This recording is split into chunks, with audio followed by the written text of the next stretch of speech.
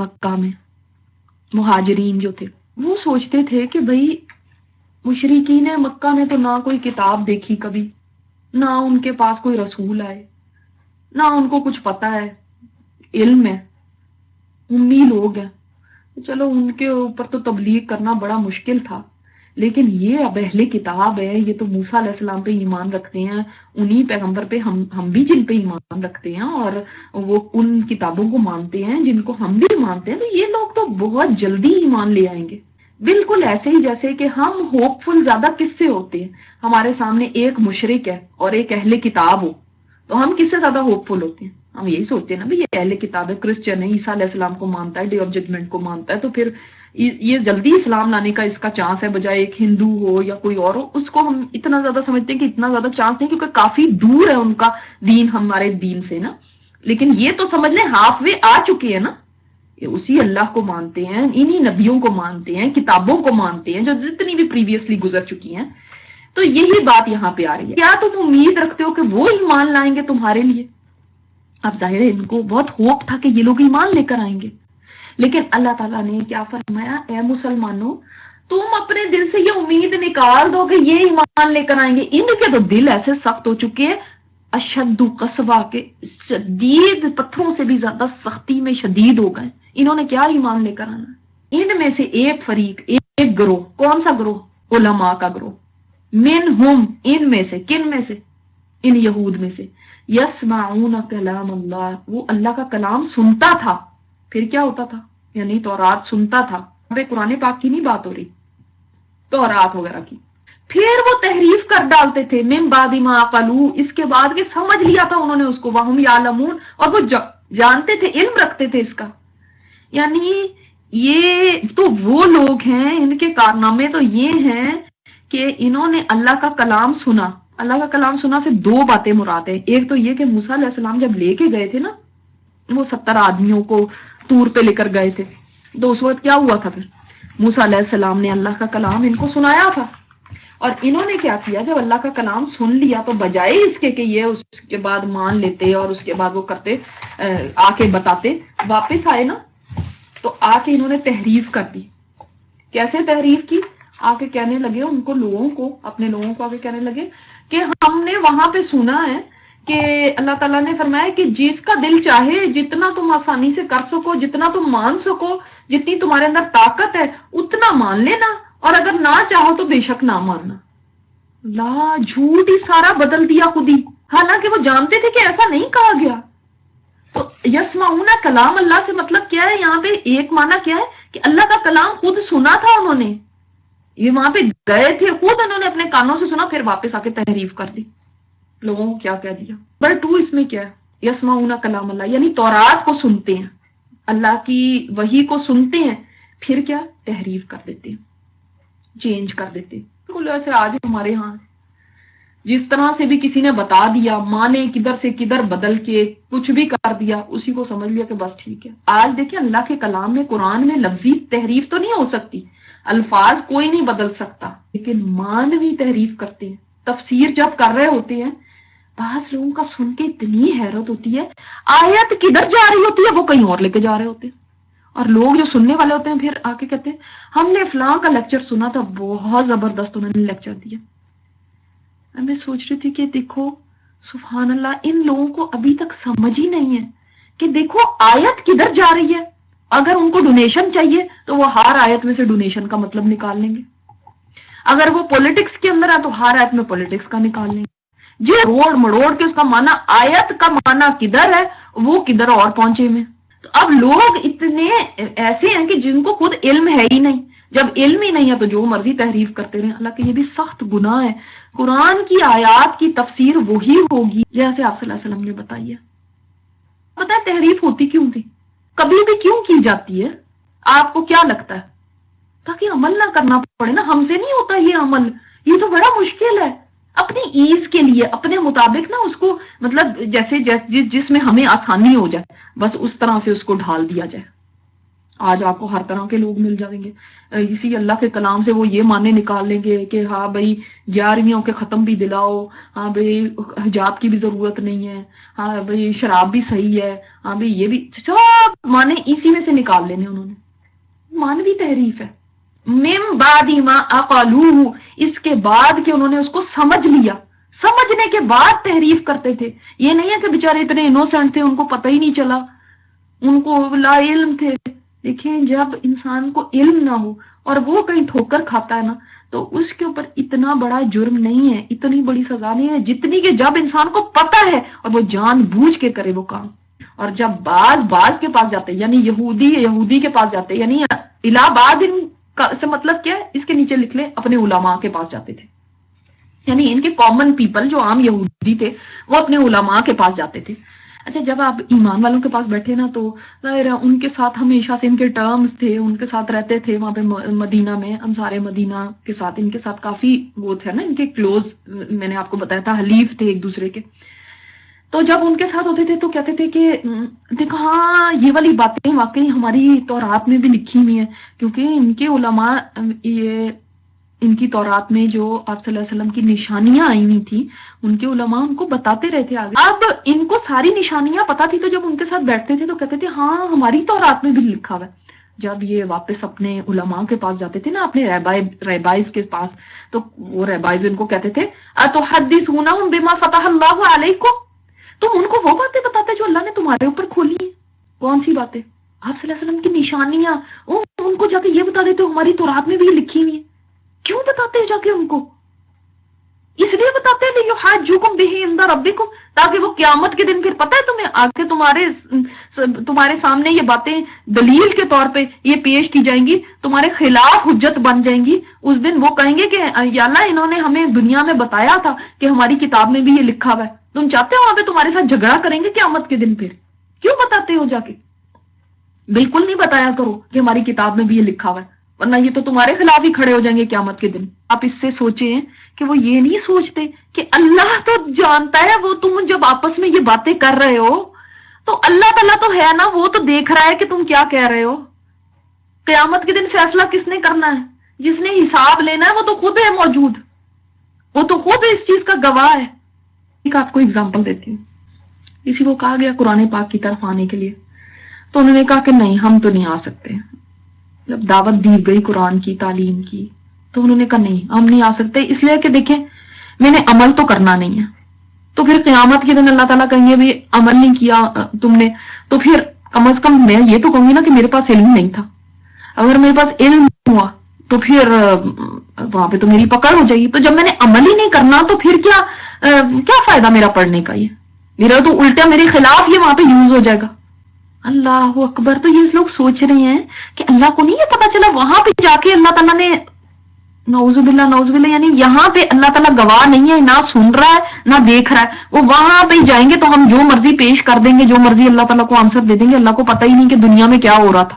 تو اللہ تعالیٰ نہیں سن رہے اس وقت کہ تم یہ کہہ رہی ہو کہ میں نے تو چونکہ عمل ہی نہیں کرنا اس لیے میں نے پڑھنا ہی نہیں ہے تاکہ میں وہاں جا کے یہ کہہ دوں. وہ تمہارے ان بہانوں کو نہیں دیکھ رہا یہاں پہ. وہ نا اس دن کہے گا کہ تم نے تو جان بوجھ کے نہیں کیا، اسی لیے نہیں کیا تھا کہ تم یہ چاہتی تھی کہ آج تم آ کے یہ بات کہو.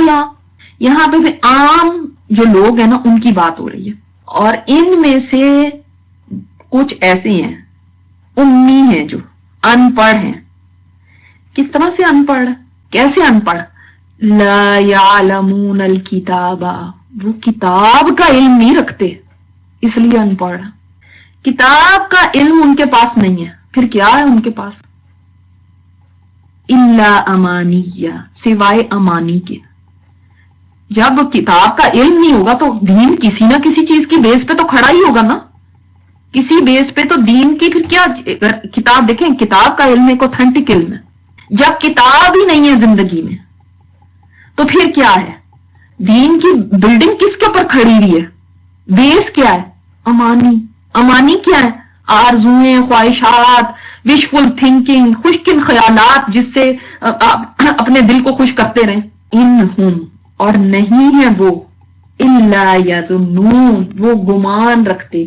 وہم و گمان پہ ہی ان کے عقیدے ہیں بیس کرتے سے زیادہ ان کے پاس دین کا علم کچھ نہیں ہے. ایزمپشنز ہیں بس، ایزمپشنز کی بیس پہ انہوں نے دین اپنا بنایا ہوا ہے.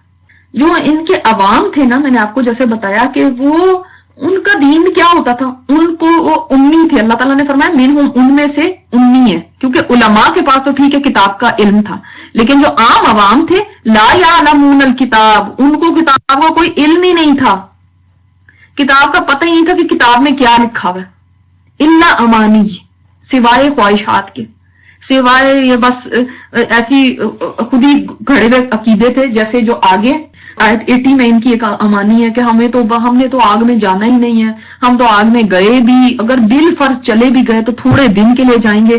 اور پھر ان کی یہ امانی تھی کہ یہودی اور عیسائی یہی صرف جنت میں جانے، اور کسی نے بھی نہیں جانا، بس ہم ہی جائیں گے جنت میں، جنت ہمارے لیے ہی ہے. تو یہ کیا خواہشات، وشفل تھنکنگ ہے، بس خود ہی تصورات بنائے ہوئے ہیں، خود ہی ان کی بیس کے اوپر اپنا عقیدہ گھڑا ہوا ہے. اور انہم الا یظنون، بس ایزمپشنز ہی ہیں. کہیں لکھا ہوا ہے یہ نہیں، کسی پیغمبر نے بتایا نہیں، پھر کہاں سے؟ بس خود ہی سے داستانیں بنائی ہوئی ہیں، کس سے کہانیاں ہیں، انہی کی بیسس کے اوپر اپنا دین چل رہا ہے آگے. امانی کا ایک معنی جو ابن عباس نے کیا وہ بہت زیادہ ہمارے لیے بھی بہت زیادہ سوچنے کی بات ہے. اول تو ساری آیت کو ہی ہم دیکھیں گے انشاءاللہ تعالی. انہوں نے فرمایا امانی کا مطلب ہے صرف ریسیٹیشن کرنا، صرف پڑھنا، جبکہ آپ کو کوئی کلو نہیں ہے کہ اس میں لکھا کیا ہے. امانی کا کیا معنی؟ قرات کرنا، جس سے ہم کہتے ہیں بس پڑھنا، جیسے ہم پڑھتے ہیں بس الفاظ پہ تجوید پہ تو بہت زور ہے، لیکن یہ نہیں سمجھ آ رہی کہ لکھا کیا ہوا ہے. وَمِنْهُمْ أُمِّيُّونَ، ان میں ان پڑھ ہے. لا يعلمون الكتاب الا امانی، ان کو کتاب کا کچھ علم نہیں ہے سوائے امانی کے، یعنی سوائے ریسیٹیشن کے. ریسیٹیشن کے علاوہ، صرف قرات پڑھنے کے علاوہ ان کو کوئی نہیں پتا کہ اللہ تعالیٰ اس میں فرما کیا رہے ہیں، وہ کچھ نہیں پتا تھا ان کو. کیونکہ آج مسلمانوں کا ہو بہو ایگزیکٹ یہی حال ہے. اگر اس وقت یہ آخری کتاب نہ ہوتی، کوئی اور کتاب اس کے بعد آنی ہوتی، کوئی اور نبی آنا ہوتا، اگر کسی نے نہیں آنا، آپ صلی اللہ علیہ وسلم خاتم النبیین ہے، کسی اور نبی نے نہیں آنا، لیکن اگر آنا ہوتا تو یہ آیتیں ہمارے بارے میں اتر رہی ہوتی کہ امت مسلمہ میں ایسے لوگ تھے جو یہ کرتے تھے. حدیث کے آپ صلی اللہ علیہ وسلم نے اس وقت ہی پیشین گوئی کر دی تھی کہ ایسے میری امت میں بھی ایسے لوگ ہوں گے ہو بہو یہی کام کریں گے جو یہ کرتے ہیں، ایک ایک چیز ان کی فالو کریں گے، جیسے ان کے حالات تھے بالکل ویسے ہوں گے. ایسے ہی نہیں، اللہ تعالیٰ نے اتنی کھول کے ان کی باتیں بتائیں. بس خواہشات ہے، ان کے پاس علم کوئی ہے نہیں ظاہر ہے. تو اب کیا ہے، وہ یہ سنی سنائی باتیں، اب اس کی اوتھینٹسٹی کیا؟ کچھ بھی نہیں. کچھ بچپن میں باتیں سننی تھی، کوئی دادی نانی کو کچھ کرتے دیکھ لیا تھا، بس کوئی قصہ یہاں سن لیا، کوئی قصہ وہاں سن لیا.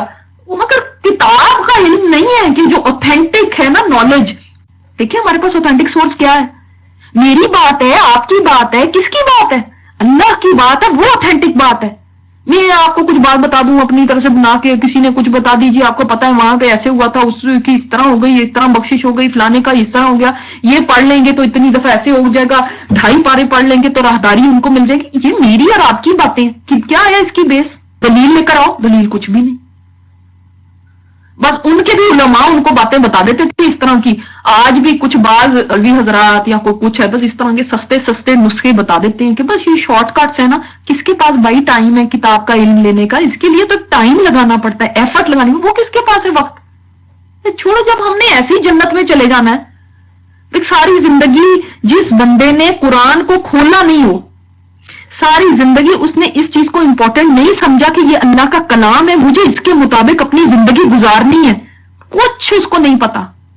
جب وہ فوت ہو جائے، ہمارے پاس تو آسانی ہے، ادھر ادھر سے خرید کے لے آؤ قرآن جو لوگوں نے پڑھا ہوا ہے. آج کل تو ہمارے پاس خود بھی پڑھنے کا ٹائم کہاں ہے، تو جو ادھر ادھر سے پڑھا ہوا ہے یا چلو کیا ہے بھئی، یہ کھانا ہی پکانا پڑے گا نا، 10 لوگوں کو جمع کرو، قرآن خوانی کراؤ اور اس کو بخش دو. اس طرح وہ بخشا گیا، چلو یہ تو آسانی ہو گئی.